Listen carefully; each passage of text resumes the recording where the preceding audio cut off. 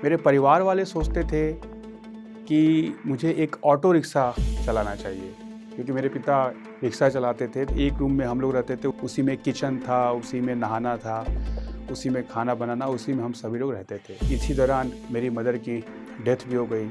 मेरी बड़ी सिस्टर ममता दी ने अपनी पढ़ाई छोड़ दी। लोग तो हमेशा बोलते थे कि मेरी दीदी को भी कि तुम्हें भी बर्तन धोने चाहिए, तुम्हें भी दूसरों घर में काम करना चाहिए। ये भी लोग सोचने लगे कि मैं ऐसा ही कोई जूते का छोटा सा शॉप सड़क के किनारे भी खोल सकता हूँ। तब मैंने डिसाइड किया कि मुझे दिल्ली आना है। रूम मुझे मिला 3x7 का, और मैंने अपनी टिफ़िन भी हाफ रखा। किसी ने मुझे उसमें ये भी फ़ोन करके बताया कि तुम्हारे पिता तो इतनी हालत ख़राब है कि वो रोटी और अचार को पानी में डाल के खा रहे हैं। मेरी सिस्टर भी रेलवे स्टेशन पर जाके सुसाइड करने वाली थी। फर्स्ट टाइम इंटरव्यू में तक मैं पहुंच गया, लेकिन मुझे टेंशन आ गया कि कपड़े क्या पहनने हैं। 3-3.5 साल से मैंने कभी कपड़े कोई लिए ही नहीं थे। मैं उनको पकड़ कर रोने लगा कि अगर इससे ज़्यादा मुझे पढ़ाई करनी पड़ी तो शायद मैं मर जाऊंगा।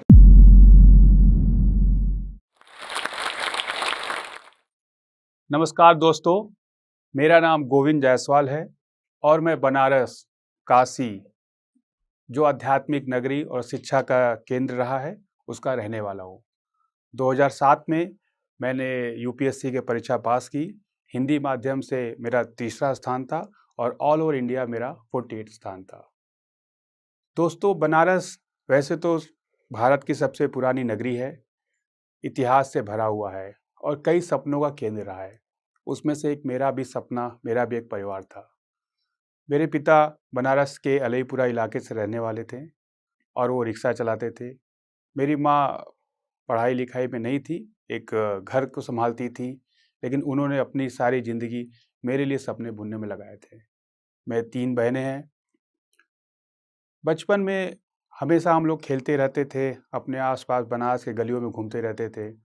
उस समय तक मैं अपने अलग दुनिया में रहता था और समाज के डिफरेंट सेक्टर को देखता रहता था, और मेरे मन में एक सपना था कि मुझे कुछ करना है, लेकिन क्या करना है ये नहीं पता था। मेरे परिवार वाले सोचते थे कि मुझे एक ऑटो रिक्शा चलाना चाहिए, क्योंकि मेरे पिता रिक्शा चलाते थे, तो एक स्टेप मुझे आगे बढ़ना चाहिए।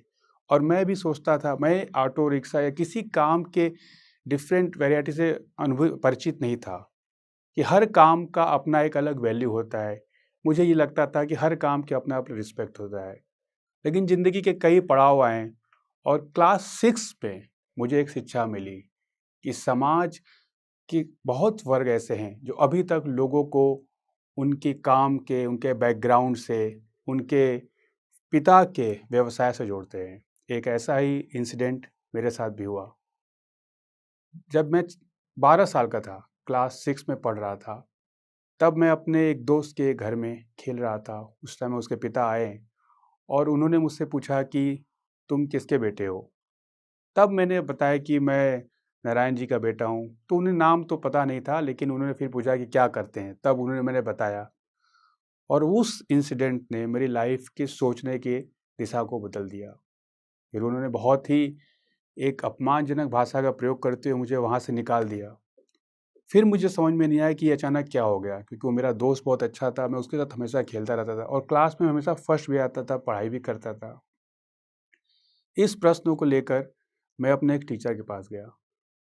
उन्होंने मुझे बताया कि कोई भी समृद्ध और तथाकथित ऊंचे वर्ग के लोग तुम्हें अपने घर में अपने बच्चों के साथ नहीं आने देंगे।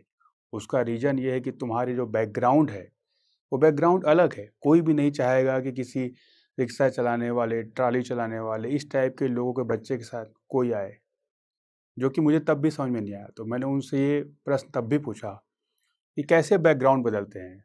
तो उनके पास जवाब तो नहीं था, वो भी हँस रहे थे कि इतने छोटे बच्चों को बैकग्राउंड, समाज की परिभाषा में कैसे समझाऊँ? तो उन्हें बताया था कि बैकग्राउंड बदलने के लिए 2 रास्ते हैं। एक, या तो तुम्हारे पिता का काम कुछ और रहता, या तुम कुछ ऐसा करो कि समाज में सब लोग तुम्हारे बैकग्राउंड से तुम्हारे पिता को जाने। तो मैंने उनसे पूछा क्या रास्ता हो सकता है? तो उन्होंने बताया कि या बिज़नेस करो, बहुत बड़े बिज़नेसमैन बन जाओ, खूब पैसा कमा लो, या दूसरा रास्ता है जो भारत की सबसे प्रतिष्ठित परीक्षा है, इंडियन एडमिनिस्ट्रेटिव सर्विस, उसको पास कर लीजिए। और उन्होंने बिल्कुल ये मजाक में ही बोला था, अगर तुमने इसको पास कर लिया तो तुम्हें अपने बैकग्राउंड की चिंता की कोई ज़रूरत नहीं है। तुम्हें पहले दिन से ही लोग तुम्हारे नाम से जानेंगे और तुम किसी के भी घर में आना जाना समाज के सारे बैरियर को तोड़ दोगे। उसी दिन मैंने डिसाइड किया था कि मुझे आईएएस को ही निकालना है क्लास 6 से। और मुझे कोई रास्ता नहीं पता था, बुक्स नहीं पता थी, कुछ भी आइडिया नहीं था कि क्या करना है। लेकिन मुझे ये पता लगा कि इसके लिए पढ़ाई करनी पड़ती है। क्या पढ़ाई करनी पड़ती है ये भी नहीं पता। फिर मैंने किसी से पूछा तो उन्होंने बोल दिया तुम न्यूज़पेपर पढ़ा करो। तो न्यूज़पेपर के लिए मैंने अपने सिस्टर से पूछा। मेरी 3 सिस्टर थी और एक बड़ी वाली सिस्टर तो शादी भी हो चुकी थी तब तक। तो दोनों सिस्टर से मैंने पूछा कि न्यूज़पेपर कैसे लें। न्यूज़पेपर उसमें 3 बनारस में मेजर थे, दैनिक जागरण और आज। दैनिक जागरण थोड़ा महंगा था, 3 रुपये का आता था, आज 1 रुपये का आता था। तो फिर मैंने बहुत खोजा तो मेरे बगल में एक डॉक्टर थे। उन्होंने मुझे एक पेपर, वो शाम को अपने क्लिनिक से आते थे और पेपर लेके आते थे। तो मैं शाम को वेट करता था कि जब आएंगे तो मैं पेपर लूँगा, इनसे पढ़ूंगा। वो भी समझ नहीं पाते थे कि इस बच्चों को अचानक न्यूज़पेपर की कहाँ से टेंशन आ गया। लेकिन वो फिर भी मुझे देते थे, शाम को आते थे, मैं न्यूज़पेपर लेके वापस उनको रखता था। धीरे धीरे मैंने अपना रास्ता इस तरह तैयार किया। परिवार में मेरे किसी को अभी तक आइडिया नहीं था। फिर क्लास 10th में गया। क्लास 10th में मैंने अपने परिश्रम को और ज़्यादा तेज़ किया। लोगों से बिल्कुल कट के कटे रहने लगा। फिर लोगों को समझ में नहीं आया कि मैं किस डायरेक्शन में बढ़ रहा हूँ। मेरे फादर, मेरे घर वाले भी, सब जो रिश्तेदार थे वो बोलते थे उसमें ऑटो 35,000 का मिलता था बनारस में। तो सब पैसा भी जुटाते थे कि अगर 12 पढ़ ले तो एक ऑटो खरीद लेंगे और इसको दे देंगे। मैंने कभी किसी को कुछ बताया नहीं अपने सपने के बारे में। मैं साल भर पैसे जोड़ता था। पैसे जोड़ के मैं लास्ट एग्ज़ाम में क्लास 6, 7, 8, 9, 10 लास्ट डे मैं एक जनरल स्टडी की किताब लाता था पूरे समर वेकेशन में पढ़ने के लिए।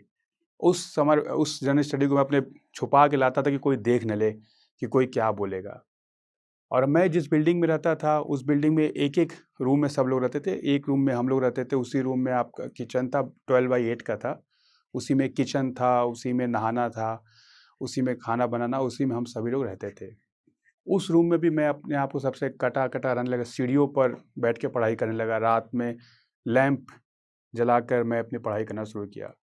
लेकिन मुझे एक बात ये समझ में तब तक आ चुकी थी कि आपके अपने संघर्ष में आपका अपना डेडिकेशन सबसे बड़ा साथी है। और अगर आपका डेडिकेशन बहुत ज़्यादा है तो आपको सपोर्ट अपने आप मिलेगा। प्रकृति, नेचर, भगवान, जिसे भी आप बोलिए, वो किसी न किसी तरीके से आपको सपोर्ट करते हैं। लेकिन आपका डेडिकेशन उतना ही स्ट्रांग होना चाहिए। 12 साल की उम्र में ही मैंने जब ये डिसाइड किया, तब मुझे कुछ भी आइडिया नहीं था। इवन मेरे घर में भी किसी को नहीं पता था कि यूपीएससी क्या होता है। मेरे फादर को सबसे बड़ी नौकरी लेखपाल की पता थी, पटवारी जिसको कई लोग कहते हैं, कि ये सबसे बड़ी जॉब होती है। और कांस्टेबल, क्योंकि वो रिक्शा खड़ा करने वाले के लिए कांस्टेबल सबसे बड़ा इशू होता है कि कांस्टेबल आ गया तो रिक्शे वाले भागने लगते हैं। तो उनके निगाह में ये 2 सबसे बड़ी जॉब होती थी। और एक बार किसी ने उनको बोला भी कि एक पटवारी की वैकेंसी आई है, आप अपने बच्चों को भर दें। लेकिन फिर वो कोई बोलता था कि किसी में इतना पैसा लगता है, किसी में इतना पैसा लगता है। तो भी मेरे पिताजी कुछ कर नहीं पाए, लेकिन उन्होंने मुझसे बताया। मैंने उनको बोला कि आप चिंता मत कीजिए, मुझे 15 तक पढ़ने दीजिए क्लास 10th में, क्योंकि उन्हें इंटरमीडिएट या ग्रेजुएशन का पता नहीं था। तो मैंने उन्हें बोला 15 तक पढ़ने दीजिए मुझे, पैरेलल मैं ट्यूशन भी पढ़ाऊँगा। और आप ऑटो का चिंता मत कीजिए, ऑटो मैं 15 के बाद भी कर सकता हूँ, लेकिन आप मुझे कुछ टाइम दीजिए 15 तक पढ़ने का। इसी दौरान मेरी मदर की डेथ भी हो गई। मेरी बड़ी सिस्टर ममता दी ने अपनी पढ़ाई छोड़ दी बीए थर्ड सेकेंड ईयर में। वो पहली हमारे घर में इंसान थी जो उस लेवल तक पढ़ाई किया बीए सेकेंड ईयर में। फिर जब उन्होंने अपनी पढ़ाई छोड़ दी और हमारे ऊपर फोकस किया, तब मैंने अपने जिम्मेदारी को समझा। और ये मैंने ध्यान दिया कि परिवार आपके लिए इतना इम्पोर्टेंट है। उनकी एक एक दिन की इमोशन, लोग तो हमेशा बोलते थे कि मेरी दीदी को भी कि तुम्हें भी बर्तन धोने चाहिए, तुम्हें भी दूसरों घर में काम करना चाहिए, तो शायद तुम्हारा भी ज़िंदगी बेटर हो सके। वो हर बात को मैंने सुनता और मैंने एक चीज़ डिसाइड किया था कि कभी भी किसी का रिप्लाई नहीं करना है। क्योंकि आपके ऊपर जो सामाजिक अटैक होते हैं उसके 2 तरीके हैं। या तो आप सबसे लड़िए या उस इमोशन को अपने अंदर रखिए और उसका यूज़ कीजिए एज एनर्जी अपने टारगेट को अचीव करने में। इन्हीं प्रताड़नाओं, इन्हीं सोच, इन्हीं डिफरेंट एस्पेक्ट जो समाज के डिफरेंट व्यूज़ आए थे, उसको कलेक्ट करते हुए मैं बिल्कुल आगे बढ़ा डिटर्मिनेशन के साथ। क्लास 8 से ही मैंने ट्यूशन पढ़ाना शुरू किया। क्लास 9th में घर की हालत बहुत ख़राब हो गई थी हमारे। पिता की तबीयत थोड़े टाइम के लिए बहुत ज़्यादा ख़राब थी, तो कुछ नहीं था। तो मैंने एक जूते के रिटेल जूते के शॉप पर भी जॉब करने लगा। उसमें मुझे 150 रुपये मिलते थे, लेकिन मैंने अपने सपने को कभी कमज़ोर नहीं होने दिया। उसके बाद जब मेरे 6 महीने बहुत मेहनत कर लिया, तो उस शू शॉप के मालिक ने मेरी सैलरी 250 रुपये कर दी। मैं अपने स्कूल के बाद जितना टाइम मिलता था वहाँ जाता था, लेकिन मैंने कभी बताया नहीं। फिर ये भी लोग सोचने लगे कि मैं ऐसा ही कोई जूते का छोटा-सा शॉप सड़क के किनारे भी खोल सकता हूँ। लेकिन एक बात मैं आप सभी लोग को बताना चाहता हूँ कि जब तक आप अपने सपने को अचीव न कर लें, अपने सपने को बहुत डिस्क्लोज़ मत करिएगा, क्योंकि कोई सपोर्ट करने नहीं आएगा। केवल और केवल आपके माँ-बाप या आपके बहन-भाई जो आपके बहुत क्लोज़ हैं, वही सपोर्ट करने आएँगे। और दूसरी चीज़ जो मुझे बहुत इरिटेटिंग लगती थी, लोगों की रोने की आदत, कि मेरे पास ये नहीं है, ये नहीं है, ये नहीं है, मैं ऐसे कैसे करूँगा?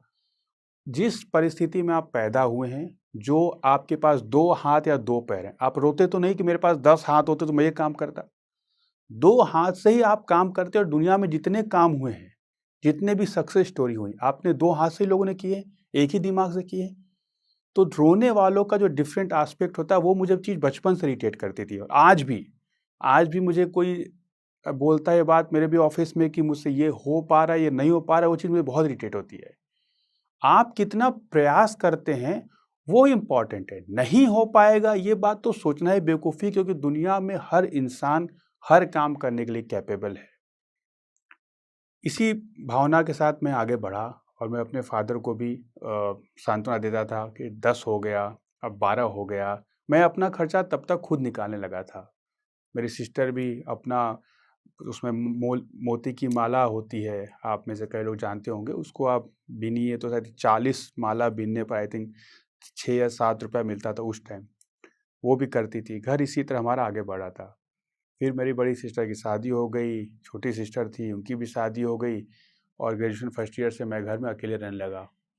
और फिर भी मैंने अपने इस सपने को पूरी तरह से किया। और मैंने एक बात और ध्यान दिया कि लोग बोलते हैं कि मेरे पास रिसोर्सेस कम है। रिसोर्सेस कम होने से कोई भी ऐसा चीज़ नहीं जिसको आप अचीव नहीं कर सकते, स्पेशली अब जबकि भारत इतना आगे बढ़ चुका है और डिफरेंट टाइप के रिसोर्स अपॉर्चुनिटी हमारे पास हैं। उसके बाद मेरे दिमाग में आया कि बनारस में रहने और उसके अलावा कुछ गाइडेंस की मेरे पास क्या व्यवस्था हो सकती है। तो मैं अपने फादर को फिर ग्रेजुएशन फाइनल ईयर में बताया कि पिताजी मुझे 2 साल और पढ़ने हैं। वो समझ ही नहीं पाए, ये 2 साल क्यों पढ़ने हैं? ये 2 साल 15 के बाद भी कोई पढ़ाई होती है, ये उनको पता नहीं था। तो फिर मैंने उनको बताया 2 साल मुझे एक पढ़ाई है, इसमें पढ़नी है। फिर बोले कि इसके पढ़ाई करके क्या होगा? मैंने कहा अगर कुछ पढ़ लिया अच्छे से तो कुछ मुझे काम भी मिल सकता है। तो फिर अब तब मैंने डिसाइड किया कि मुझे दिल्ली आना है। दिल्ली आने के पहले मैं 5 दिन पहले एक ओरिएंटेशन कैंप में आता है संकल्प। संकल्प संस्था है जो उदासीन आश्रम में चलता है, एक एनजीओ है, और फ्री ऑफ कॉस्ट ओरिएंटेशन देता था। तो जब मैं आया तो उन लोगों ने 5 दिन में मुझे डिफरेंट एस्पेक्ट समझाया था कि ऐसे-ऐसे होता है, ये सब्जेक्ट है। फिर मैं वापस गया और अपने पिता को बताया कि कुछ पैसे चाहिए इनिशियल, ताकि दिल्ली में जाना इतना महँगा शहर है कि उस टाइम जो मैंने रूम लिया था दिल्ली में आने पर, वो 3/7 का था और मेरा बेड 3/6 का था। तो अगर मैं बेड रखने के बाद उससे उतरता था तो मैं गेट के बाहर ही उतरता। वो मैगज़ाइन होता है, आप सब लोग जानते होंगे, जो सीढ़ियों पर मैगज़ाइन होता है। तो 1700 का रूम तो उस समय ऐसा था। फिर 800-700 रुपये अगर हाफ़ टिफ़िन खाना ले तो वो भी ऐसा होता है। तो मैं समझ गया था कि मुझे 3 से साढ़े 3 हज़ार रुपये महीने में चाहिए, और इनिशियल एडमिशन के लिए भी कुछ लगेगा। तो मैंने अपने पिता को बताया कि कुछ इनिशियल सपोर्ट के लिए चाहिए, तो उनके पास तो कुछ था नहीं। लेकिन मैं ये भी बताऊँगा कि एक पूरी तरह से अनपढ़ इंसान, जिसको किसी भी अपॉर्चुनिटी का कोई भरोसा, पता नहीं कि मैं क्या करने जा रहा हूँ, अपने बेटे के इमोशंस पर इतना कमिटेड था कि मतलब कि सामाजिक शिक्षा का तो उन्हें बहुत ज्ञान था, लेकिन जिस शिक्षा की हम बात करें उसके बारे में कोई आइडिया नहीं था। फिर भी उन्होंने मेरे ऊपर पूरा विश्वास किया और मुझे आगे जाने के लिए बोला। उसी टाइम उनके पैर में सेप्टिक हो गया था। सेप्टिक हो गया, वो अपना इलाज भी नहीं करा पा रहे, थोड़ा बहुत इलाज कराया, फिर भी उन्होंने मुझे बोला कि एक ज़मीन थोड़ी-सी है, वो 40,000 उन्होंने बेचा, और उसी के कुछ पैसे का हम लोगों ने थोड़ा बहुत इलाज वो करा पाए, बाकी के 25,000 रुपये मुझे दिए। मैं उसको लेकर दिल्ली में फर्स्ट टाइम आया, और जब फर्स्ट टाइम आया तो मुझे थोड़ा डिप्रेशन हुआ, क्योंकि जब दिल्ली में आया तो मैंने देखा कि लोग ज़्यादातर, तब मेरा वेट 39 केजी था। खाना पीना का कोई ऐसी खास व्यवस्था थी नहीं बनारस में, और जो भी मिलता था अपने से बना के खाता था। तो 39 to 42 kg के राउंड में था। तो जब मैं दिल्ली में लैंड हुआ और मैं नई दिल्ली रेलवे स्टेशन उतरा और उससे जब बाहर निकल के गया, और मेरा एक दोस्त था पहाड़गंज रेलवे स्टेशन पर, उसी से मैं मिला, उसका घर भी पहाड़गंज पर था। तो उसने कुछ दिन, एक दिन के लिए बोला मेरे घर आ जाओ, हम लोग रूम खोजते हैं। तो अब एक मिडिल टाउन का लड़का जब आता है बड़े शहर में, उसको और कितना इशू आते हैं। मतलब आप लोगों को देखते हो बहुत आर्टिकुलेटेड, अच्छे कपड़े पहने हुए, तब आपको और भी फील होता है कि आप समाज में कहाँ पर हो। लेकिन वो सारी चीज़ें आपके डिटर्मिनेशन को ब्रेक नहीं करना चाहिए। मुझे भी फील हुआ कि देखने में बिल्कुल अजीब लगता था। अगर आप मेरी फ़ोटो देखेंगे 10 साल पहले की, 12 साल पहले की, जब मैं सर्विस में आया था, तब मैं बिल्कुल अजीब दिखता था। 42 केजी में बिल्कुल स्केलेटन था। फिर भी मैंने अपने डिटर्मिनेशन को आगे बढ़ाया और अपने रूम को खोजा। रूम मुझे मिला 3/7 का। 3/7 के रूम में मैंने पढ़ाई स्टार्ट किया और मैंने अपनी टिफ़िन भी हाफ रखा। उसके बाद मैंने अपनी परीक्षा के लिए तैयारी शुरू किया। घर वाले भी बात कर रहे थे कि ये इशू है, मेरी सिस्टर के घर में भी कुछ प्रॉब्लम आ गई। तमाम तरह की परेशानियां रहीं, लेकिन उनको अपॉर्चुनिटी की तरह मैंने देखा कि हर एक घंटा जो मैं बर्बाद कर सकता था या कोई भी बर्बाद कर सकता, उस एक घंटे से मेरे घर के कितने इमोशंस, कितने एक्सपेक्टेशन टूट सकते थे। उनका चेहरा जब मैं शाम को याद करता था चाय पीने के टाइम में कुछ भी, तो मेरे अंदर और ऊर्जा आ जाती थी कि मुझे किसी भी घंटे को बर्बाद नहीं करना। और दूसरी बात थी कि मैंने अपने परिवार को बोला था कि 2 साल की ही पढ़ाई है। 2 साल की पढ़ाई का मतलब केवल एक अटेम्प्ट, क्योंकि अगर दिसंबर में एग्ज़ाम का फॉर्म निकलता है, मई में पहली प्री होती है, अक्टूबर में आप मेंस देते हैं, और अप्रैल में आप अगले 2 साल के बाद अप्रैल में आप इंटरव्यू देते हैं, और मई में रिजल्ट आता है। यानी दिसंबर से लेकर मई तक फुल प्रोसेस अगर आप जाए तो 1.5 ईयर है, उसके 3 महीना पहले तैयारी। मैंने 365/2 720 डेज़ को पूरा कैलकुलेट किया था। उसमें हिस्ट्री में 48 टॉपिक्स थे, दूसरा सब्जेक्ट मेरा फिलॉसफी था जिसमें 41 थे, फिर जनरल स्टडी थे। मैंने टोटल अराउंड 167 टॉपिक्स की लिस्ट बनाई थी। 720 से मैंने कैलकुलेट किया था। हर टॉपिक के लिए मेरे पास 2 से ढाई दिन थे, जिसमें मुझे पढ़ना था, रिवाइज करना था, और इसको वापस 2 साल के बाद रिवाइज करके उसको लाना था। तो एक एक घंटे को मैंने कैलकुलेट करके रखा था कि एक एक घंटा का मैं क्या हो सकता है। पैरेलली मुझे ट्यूशन भी खोजना पड़ा। ट्यूशन में मैंने पढ़ाना शुरू किया। अपने टिफ़िन को हाफ़ कर दिया, क्योंकि मैं खाना खाता तो उसमें फुल टिफ़िन खाना 1200 का आता था। चाय भी उसमें 5 रुपए की होती थी एक, और हाफ़ लीजिए तो 3 रुपए की। ये पूरा कैलकुलेशन करने के बाद रूम खाने के में और चाय के साथ मैंने जोड़ा तो मेरा अराउंड 2400 आता था। 1700 रूम का, 800 आप खाने का, और चाय का अगर आप दिन में एक बार भी पिए। मैंने अपने आप को लिमिटेड इतना रखा। कोई 3 साल में, पूरे 2 साल में कोई कपड़ा नहीं लिया, और मेरे पास जितना भी पैसा फिर बचता था मैं डिफरेंट मैगज़ीन, न्यूज़पेपर लेता था। अब मैं रोज़ लोगों को बोल सकता था कि रोज़ कभी कोई मूवी जा रहा है, कभी कोई बतरा जा रहा है, कोई अल्पना जा रहा है। लेकिन फिर भी अब अपने घर वालों को याद रखता था कि मेरे फादर तो वहाँ तब तक सेप्टिक से पैर इतना ख़राब हो चुका था कि मेरे रूम और सिटी स्टेशन में लगभग 250 मीटर का डिस्टेंस था। वो 250 मीटर वो क्रॉल करके जाते थे, क्योंकि वो खड़े भी अब नहीं हो सकते थे। मुझे कई लोगों ने फ़ोन भी किया तब तक कि तुम्हारे फादर की इतनी तबीयत ख़राब हो गई, तुम दिल्ली में मौज कर रहे हो। तो वो भी सिचुएशन बहुत टफ़ होता है जब लोग आपको अटैक करते हैं बिना समझे हुए, और ये होगा। हम में से कोई भी ये सोचता है कि ऐसा नहीं होगा तो ये पॉसिबल नहीं है। ये होगा ही होगा, और आपको इसके लिए तैयार रहना है। ये आपका रास्ता है, आपका तरीका है, आपका उद्देश्य है। उसके लिए पूरा सैक्रिफ़ाइस आपको ही करना है, कोई और नहीं आएगा। और आप उसको जवाब देते रहें, कन्विंस करते रहें, कभी आप उससे सॉल्व नहीं कर पाएँगे। आपको अपने एक्शन से, अपने अचीवमेंट से ही लोगों को जवाब देना है। ये बात को आपको हमेशा समझना है। फिर भी मैंने इस बात को बताया, अपने घर वालों को बताया, और मेरी ममता दी ने भी बहुत सैक्रिफ़ाइस किया। जब मैंने उनको फ़ोन करके पूछा कि फ़ादर की इतनी तबीयत ख़राब हो गई कि वो क्रॉल कर रहे हैं, सड़क पर जा रहे हैं, और तब वो रिक्शा-विक्शा रिपेयर करने लगे थे, क्योंकि वो चला ही नहीं पाते थे। तो उन्होंने बताया कि नहीं, नहीं ऐसा कोई बात नहीं है, वो थोड़ा बहुत पट्टी कर रहे हैं, कुछ नहीं, ऐसा बात नहीं। जबकि दूसरों ने बताया कि सर्जरी होने वाली है। तो उन्होंने भी मुझे कुछ फैक्ट छुपाए ताकि मेरा ध्यान डिस्ट्रैक्ट ना हो जाए। उनकी भी हालत इतनी ख़राब हो चुकी थी कि मेरी सिस्टर भी रेलवे स्टेशन पे जाके सुसाइड करने वाली थी। इस तरह की सिचुएशन घर पर आ गई थी और वो रेलवे ट्रैक पे जाके खड़ी भी थी और कोई उनको पकड़ के लेके आया था। और एक बार दूसरी बार गई तो उन्होंने मेरे बारे में सोचा कि अगर मैं कुछ कर लूँगी तो गोविंद अपने आप को परीक्षा में बिल्कुल फोकस नहीं कर पाएगा। तो ज़िंदगी में आपके सभी टाइप के सिचुएशन आएंगे, आपके अपने घर वालों का सेक्रीफाइस साथ कई बार आपको पता भी न चले, शायद इसके अलावा भी कई सेक्रीफाइस हो जो मुझे उन्होंने बताया हो। लाइफ ऐसे ही चलेगी मेरे दोस्तों, लेकिन आपने जो सोचा है उसको आपको कैसे अचीव करना है आपका अपना डिसीजन है।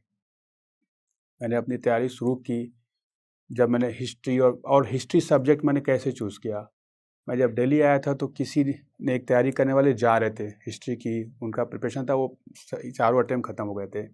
तो मैंने उनसे पूछा क्या लेना चाहिए, तो उन्होंने कहा कि मेरे पास तो हिस्ट्री की बुक्स है, मैं तो हिस्ट्री पढ़ा, तो मैंने हिस्ट्री ले लिया। मेरा सब्जेक्ट मैथमेटिक्स था। अगर वो मुझे केमिकल इंजीनियरिंग की किताब दे दी तो फ्री में मैं केमिकल इंजीनियरिंग ले लिया होता। डिपेंड करता है कि मेरे पास जो भी चीज़ मुझे फ्री में मिल गई मैंने ले लिया। दूसरी सब्जेक्ट फ़िलॉसफ़ी, एक धर्मेंद्र कुमार मिल गए थे, उन्होंने बोला कि मैं तुम्हें कुछ गाइड कर दूँगा, क्योंकि वो फ़िलॉसफ़ी के टीचर थे। अगर ज्योग्राफ़ी का टीचर मिला होता कि ज्योग्राफ़ी का गाइड कर दूँगा, मैं ज्योग्राफ़ी ले लेता। सब्जेक्ट मेरे लिए इम्पोर्टेंट थे ही नहीं और न ही मेरा किसी सब्जेक्ट में कोई इंटरेस्ट था। मेरा केवल और केवल फ़ोकस अपने उद्देश्य में था। सब्जेक्ट में इंटरेस्ट होता तो मैं किसी सब्जेक्ट का प्रोफ़ेसर बनने के लिए ट्राई करता।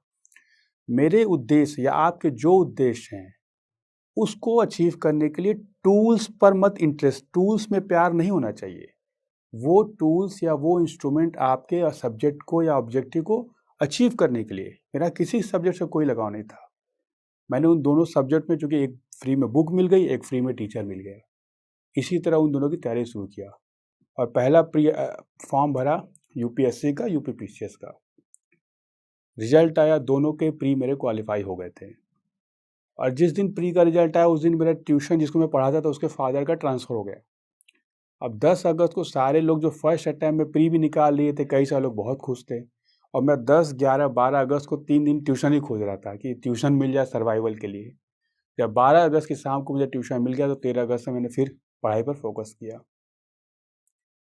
यूपीपीसीएस का भी प्री आया, उसमें भी मेरा क्वालिफाई हो गया। मैं कई बार लोग मुझसे पूछते हैं कि अगर आपका फर्स्ट अटेम्प्ट में नहीं होता तो क्या होता? जब किसी भी उद्देश्य से आपने अपने आप को अटैच कर लिया है तो वो उसको आप अल्टरनेटिव फ़िलहाल मत सोचिए कि अल्टरनेटिव मैं क्या करूँगा। अल्टरनेटिव से आप थोड़े वीक हो जाते हैं। 2 इसके अप्रोच हो जाते हैं कि आप लाइफ़ में सर्वाइव करने के लिए अल्टरनेटिव होना चाहिए। वो अच्छी बात है, आप इंजीनियर हैं, डॉक्टर हैं, ज़िंदगी में आप सर्वाइव कर ही सकते हैं। लेकिन ये सोच के चलना कि ये नहीं होगा इसलिए मैं ये रखूँ, ये वैसी बात हो गई कि अपने अपने पास एक हॉस्पिटल या डॉक्टर का नंबर लेके चलना कि अगर ड्राइव कर रहा हूँ, एक्सीडेंट हो गया तो मैं किस डॉक्टर के पास या किस हॉस्पिटल में जाऊँगा। एज़ ए सेफ्टी मेजर आपने हमेशा अपने पास किसी डॉक्टर को रखा है, लेकिन ये एक नेगेटिव थॉट लेके कि मैं ड्राइव कर रहा हूँ और एक्सीडेंट होगा इस हॉस्पिटल में जाऊँगा, ये बड़ा नेगेटिव थॉट मुझे लगता था। हर उम्र की अपनी एक सोच होती है, एक पड़ाव होता है, उस उम्र में मैंने ये सोचा था। तो मैं अपनी सिस्टर को समझाया था कि नहीं दीदी, यूपीएससी की परीक्षा मैं दूँगा, सेंटर दिल्ली में ही है और मैं इसमें बिल्कुल फ़ोकस हूँ और मैंने अपनी सारी रिसोर्सेज़, जो भी मेरे पास थोड़ा बहुत पैसा था, मैंने इसके हिसाब से अपने आप को तैयार किया हुआ है। गाज़ियाबाद आना-जाना, रहने के लिए भी उसमें तो हालत बिल्कुल नहीं थी, क्योंकि तब तक फ़ादर की तबीयत डिटेरियोरेट हो चुकी थी बहुत ज़्यादा। किसी ने मुझे उसमें ये भी फ़ोन करके बताया कि तुम्हारे पिता तो इतनी हालत ख़राब है कि वो रोटी और अचार को पानी में डाल के खा रहे हैं, सब्ज़ी के लिए पैसे नहीं थे। वो टाइम मेरे लिए बहुत टफ़ था कि ये कि ज़िंदगी में कई बार ऐसे समय आते हैं कि आप समझ नहीं पाते कि किधर की तरफ जाना चाहिए। फिर मैंने यही सोचा कि मैं अगर वापस चला गया तो डेफ़िनेटली इस टाइम अपने पिता की ज़िंदगी को थोड़े टाइम के लिए मैं बेहतर कर सकता हूँ। शायद अचार से उनको कोई सब्ज़ी ला के दे सकता हूँ अगर मैं कोई काम करने लगूँ। या तो अगले 5-6 महीने में पूरी अपनी ताकत झोंक दूँ और उनको ज़िंदगी में उनकी ज़िंदगी को बेटर कर पाऊँ और वो जो एक सामाजिक कलंक हम लोग पर है कि हम ये काम करते हैं, वो काम करते हैं, उससे उनको आगे ले जा पाऊँ। इसी सोच के बाद मैंने यूपीएससी मेंस पर पूरी तरह से फ़ोकस किया और वो तैयारी मैंने इस तरीके से की कि मैं आज भी सोचता हूँ तो वो डिटर्मिनेशन मैं खुद समझ नहीं पाता कि आपका परिवार आपको कितनी ताकत दे सकता है। जब जनरल स्टडी या हिस्ट्री के बाद फ़िलॉसफ़ी का पेपर आया तो लगभग 3-4 दिन तक मैं वॉक करते पढ़ाई कर रहा था, ताकि मुझे नींद ना आ पाए। उस दौरान पैर भी हमारे कट गए थे उस चप्पल से, खून भी निकलने लगता था। लेकिन मैंने 72 आवर्स एक बार कंटिन्यूअस स्टडी किया था फिलॉसफी के लास्ट पेपर के लिए। खाने का पीने का भी मैं भूल गया था। और हालांकि मैं लोगों को सजेस्ट करता हूँ कि वैसा न करें, क्योंकि उसके बाद जिस दिन परीक्षा देकर आया उसके बाद मेरी तबीयत बहुत ख़राब हो गई थी, क्योंकि मैं अपनी ताकत अंतरात्मा तक से झोंक कर आया था। मेरे इंटेस्टाइन चिपक गए थे, क्योंकि पानी की इतनी ज़्यादा शॉर्टेज हो गई। और उस समय तो बिल्कुल एहसास नहीं हुआ, लेकिन जिस दिन लास्ट पेपर दिया और लास्ट पेपर देने के बाद वापस आया और बैठ के पहला रोटी का टुकड़ा लिया, तो रोटी अंदर जा ही नहीं रहा था, क्योंकि तब तक सारे इंटेस्टाइन अंदर से चिपक चुके थे। And it took 6 month to normal diet में आने पर।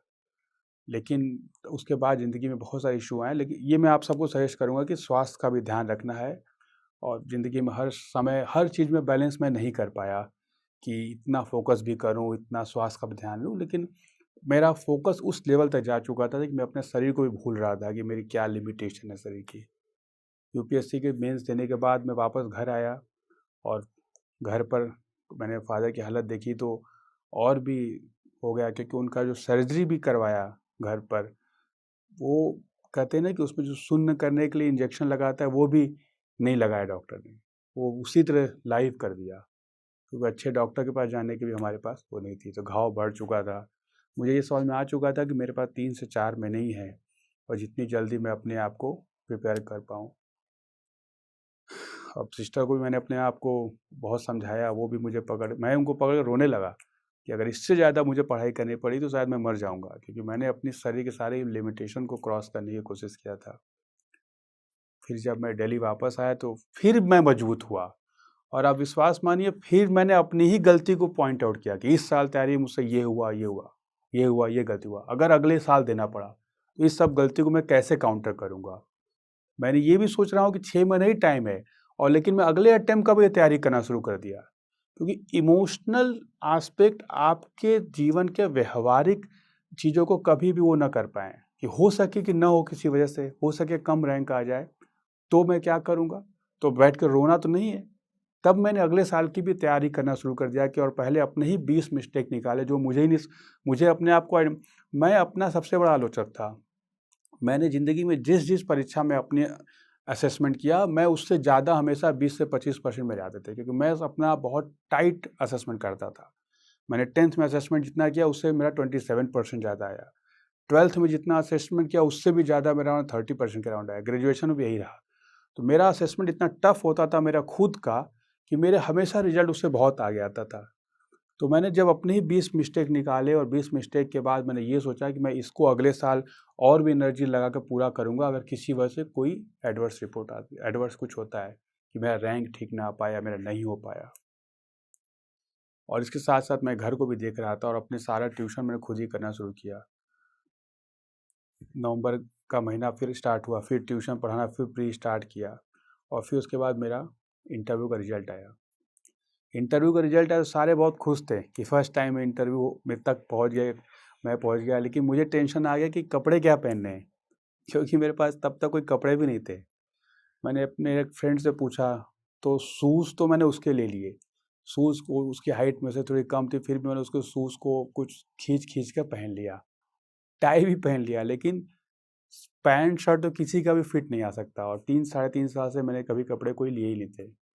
तो बहुत हिम्मत करके, उसमें मेरे पास भी पैसा नहीं बचे थे, कपड़ों के लिए तो बचते नहीं थे, दिल्ली में किसी तरह से रहना खाना हो पाता था।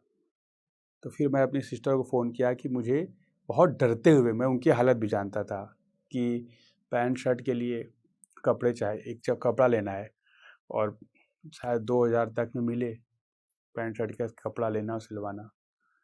तो वो भी उन्होंने कुछ मुझे बताया नहीं, और उन्होंने मुझे तीसरे दिन 2000 दे दिए। मुझे बाद में सिलेक्शन के बाद पता चला था कि उस समय मेरी सिस्टर का प्रेगनेंसी का इशू चल रहा था। डॉक्टर्स की जो दवा देने के पैसे थे, जो अल्ट्रासाउंड के पैसे थे, वो मुझे दे दिए। उन्होंने अपने फर्स्ट सेमेस्टर में कोई चीज़ कुछ करवाया ही नहीं, कोई भी टेस्ट कुछ भी नहीं करवाया, और बिना रिस्क लेते हुए सारा पैसा मुझे दे दिया। और जब किसी ने उनसे पूछा कि तुमने इतना बड़ा रिस्क लिया, अपनी दवा के पैसे, अल्ट्रासाउंड तक के पैसे दे दिए, कुछ हो गया बीच में तो क्या होगा? तो उन्होंने बोला कि उसकी इतने साल की तपस्या, उसका इतने साल का सपना, वो हमारे लिए ज़्यादा बहुत इम्पोर्टेंट है। बाकायदा कि मैं अपनी ज़िंदगी की, अपनी जान की चिंता करूं। तो उन्होंने उस तरीके से वो 2000 मुझे दी थी। उस समय तक मुझे भी पता नहीं था, मुझे भी सिलेक्शन के बाद पता चला जब मेरी भांजी होने वाली थी। तब डॉक्टर के पास मैं गया, तब उन्हें बताया कि इन्होंने इतना बड़ा रिस्क लिया कि बिना किसी मेडिकल चेकअप के, बिना किसी टेस्ट के, बिना किसी मेडिसिन के इन्हें 2 ट्राइमेस्टर निकाल दिए थे। उसके बाद मैं पैंट शर्ट लेकर तो गया, पहन के जब यूपीएससी इंटरव्यू के लिए गया, तो यूपीएससी इंटरव्यू में जाने से पहले तब मुझे था कि ये पहली बार ज़िंदगी में मैं कोई इंटरव्यू दे रहा था, फर्स्ट टाइम। और तब तक वही 39 या 38 केजी का बिल्कुल स्केलेटन, किसी तरह से पैंट शर्ट ऊपर फिट जो हो पाया, और टाई भी मैंने किसी का मांगा, शूज़ अपने दोस्त का पहन के किसी तरह मैं गया इंटरव्यू देने। इंटरव्यू देने के लिए जब मैं बैठा, तब काफ़ी लोग थे जो एक्सपीरियंस थे, काफ़ी आर्टिकुलेटेड थे, काफ़ी बहुत हैंडसम भी लोग थे, और मुझे बड़ा फील होता था कि इन सब के सामने कैसे मुझे चूज़ करेंगे। मेरी तो मैं हिंदी मीडियम का ठेठ बनारस का आदमी था कि इसको इंग्लिश के बारे में कोई विशेष जानकारी भी नहीं थी। जब मैं लेकिन इंटरव्यू के सामने जब बोर्ड का ग्रुप बना और मुझे बोला गया कि अगले आप हैं, तो ये मेरे दिमाग में बहुत प्रश्न आ रहा था कि मैं क्या सोचूंगा, मतलब क्या सोचना चाहिए। इतने बड़े लोग, उसमें कई सारे सीनियर ब्यूरोक्रेट, मैं तो तहसीलदार और लेखपाल भी देख लेता था तो मेरे लिए बड़ी बात होती थी। इंस्पेक्टर हमारे इलाके में आ जाए तो हम लोगों को पसीना आ जाए कि बहुत बड़ा अफसर आ गया। ये देश के इतने बड़े ब्यूरोक्रेट या जो भी टॉप मोस्ट सिविल सर्वेंट थी उसमें पैनल में आते, मैं एक 22 साल की उम्र में इंटरव्यू दे रहा हूँ, मैं क्या सोचूं इनके बारे में। तो मैंने फिर यही सोचा कि मुझे दिमाग में ये रखना है कि यही मेरा परिवार है अगले 40 साल के लिए, और मैं अपने परिवार को अपना उद्देश्य बताने चाह रहा हूँ। और मैंने ये तरीका ताउम्र ज़िंदगी में फॉलो किया कि ऑनेस्ट अप्रोच, कहते हैं ना, honesty is the best policy. लोग ऐसे सोचते हैं किसी बेवकूफ़ आदमी ने बोला होगा, ऐसी बात नहीं है। ऑनेस्ट अप्रोच ज़िंदगी में आपको बहुत क्लैरिटी देती है। Honesty is the best policy, ये सच में सच बात है। क्योंकि जब आप अपने से बहुत बड़े आदमी से डील कर रहे हो ना, तो आप ये मान के चलो कि उसका नॉलेज, एक्सपीरियंस, तजुर्बा सब आपसे कई गुना होगा, आप उसको बेवकूफ़ नहीं बना सकते।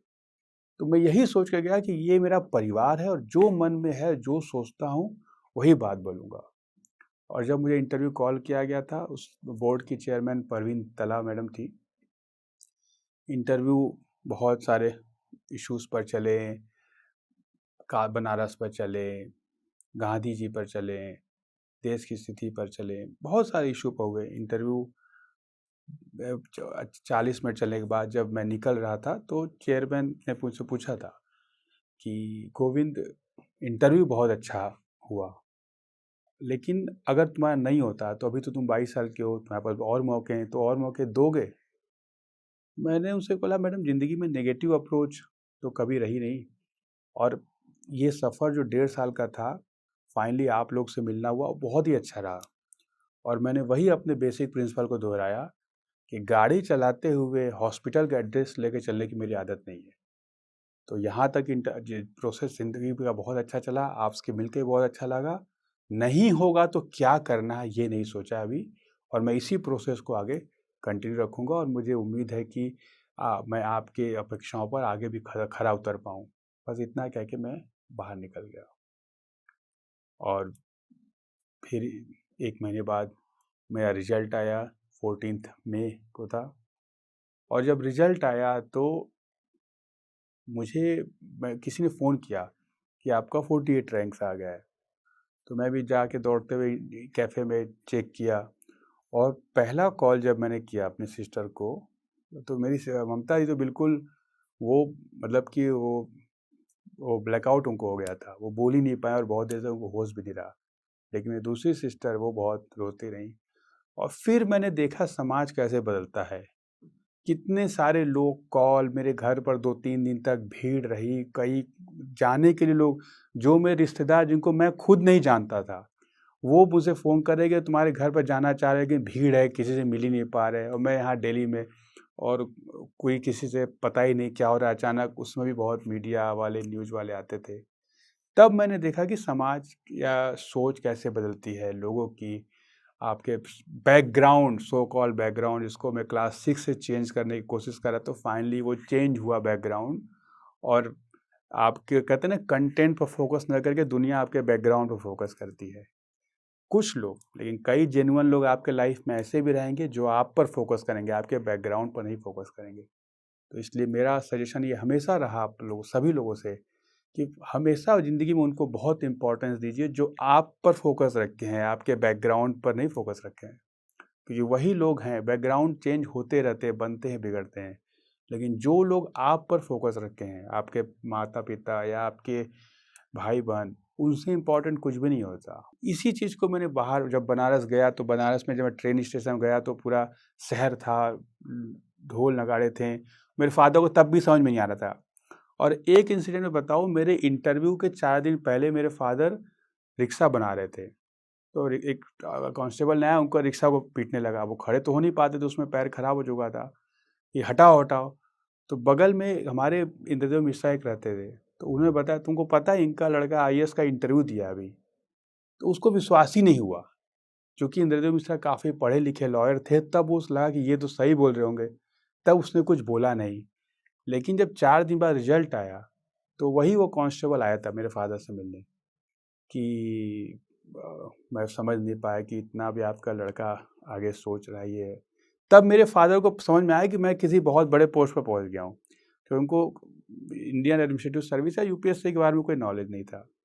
चीज़ें ऐसे मोल्ड होती है, लेकिन मुझे उसकी चिंता नहीं था। मुझे ये था कि उनको ये समझना, जब बनारस के कई सारे कुछ पॉलिटिशियन, एमएलए, एमपीज भी आए उनसे मिलने, तब उनको जो आंखों में मैंने चमक देखी, ज़िंदगी में रिस्पेक्ट जब पहली बार मिला उनको समाज के हर तबके से, उसी चमक के लिए मैंने ज़िंदगी में क्लास 6 से तैयारी किया था। 12 साल की उम्र से लेकर 22 साल की उम्र तक वो जो 10 साल का मेरा संघर्ष था, उसी एक चमक के लिए मैंने तैयारी किया था। और अपनी भी मेरी सिस्टर को जिन लोगों ने बोला था कि उन्हें बर्तन मांजने चाहिए, ये करने चाहिए, उस हिसाब से भी मैंने उनके भी आँख में चमक देखी। इन्हीं 2 लोगों की आँखों में चमक के लिए मैंने 10 साल मेहनत की। तो मेरा यही आप सभी लोगों से है कि ज़िंदगी में आगे बढ़िए, अपने परिवार से बेहद लगाव रखिए, फिर एक बेहतर इंसान आप अपने आप खुद बन पाएंगे। और डेडिकेशन, कमिटमेंट में कभी भी कोई कमी हो तो अपने परिवार को देखिए, उनकी सोच, उनकी चाहत को देखिए, वही सबसे बड़ा मोटिवेशन का काम करती है। मेरे लिए तो एटलीस्ट वही काम किया और आज भी वही काम कर रहा है जब मैं अपने कर्तव्यों का निर्वहन कर रहा हूँ। आप सभी के लिए मेरे शुभकामनाएं, और मैं बिल्कुल आशा करता हूँ कि ज़िंदगी में हम सभी एक बेहतर इंसान बन पाएँ। और hard work is the key, dedication is the additional point. इन दोनों को लेकर आप आगे बढ़ेंगे। मेरी आप सभी के लिए हार्दिक शुभेच्छा। धन्यवाद। हेलो एस्पिरेंट्स, हम में से बहुतों का सपना है आईएएस ऑफिसर बनने का, लेकिन ये जर्नी बहुत महंगी है और इसीलिए बहुत सारे एस्पिरेंट्स ने हमें रिक्वेस्ट किया कि क्या जोश एस्पिरेंट्स को हेल्प कर सकते हैं फाइनेंशियली उनकी जर्नी में। तो इसलिए जोश टॉक्स ने कांटेक्ट किया इंग्लिश मीडियम के लिए केएसजी आईएएस के खान सर को और आईएएस हब के एमके यादव सर को, और हिंदी मीडियम के लिए निर्माण आईएएस के केडी सर को। आपने शायद नाम तो सुना ही होगा। Khan sir, MK Yadav sir और केडी सर तीनों यूपीएससी के बहुत ही फेमस टीचर्स हैं जो दिल्ली में ऑफलाइन और ऑनलाइन दोनों पढ़ाते हैं। तो हमने तीनों सर को कांटेक्ट किया और रिक्वेस्ट किया कि जोश की फैमिली के लिए अगर वो एक बहुत ही बड़ी स्कॉलरशिप दे पाएं, क्योंकि अब 24 में जो भी अटेम्प्ट देना चाहते हैं उनके लिए तैयारी करने का टाइम आ गया है। हमें बहुत ही खुशी है कि तीनों सर ने जोश की टीम को इसमें सपोर्ट किया है। जोश की फैमिली के लिए तीनों सर हमें स्कॉलरशिप प्रोवाइड करेंगे, यानी कि वही क्वालिटी एजुकेशन जिसकी फीस लाखों में जाती है, अब हम अफोर्ड कर पाएंगे। जोश फैमिली की ये स्कॉलरशिप पाने के लिए हम नीचे दिए गूगल फॉर्म को फिल कर सकते हैं। जब आपको कॉल आए तो प्लीज मेंशन करना मत भूलना कि आप जोश फैमिली के पार्ट हैं, ताकि आपको ये स्कॉलरशिप मिल पाए। जोश टॉक्स एक बड़े भाई की तरह है, हर वक्त हम सबको जिंदगी में आगे ले जाने के प्रयास में लगा रहेगा। आप जाके बस अपना 100% दीजिए, एक भी दिन जाया ना होने दें। बाकी जोश के हाथ में। जय हिंद।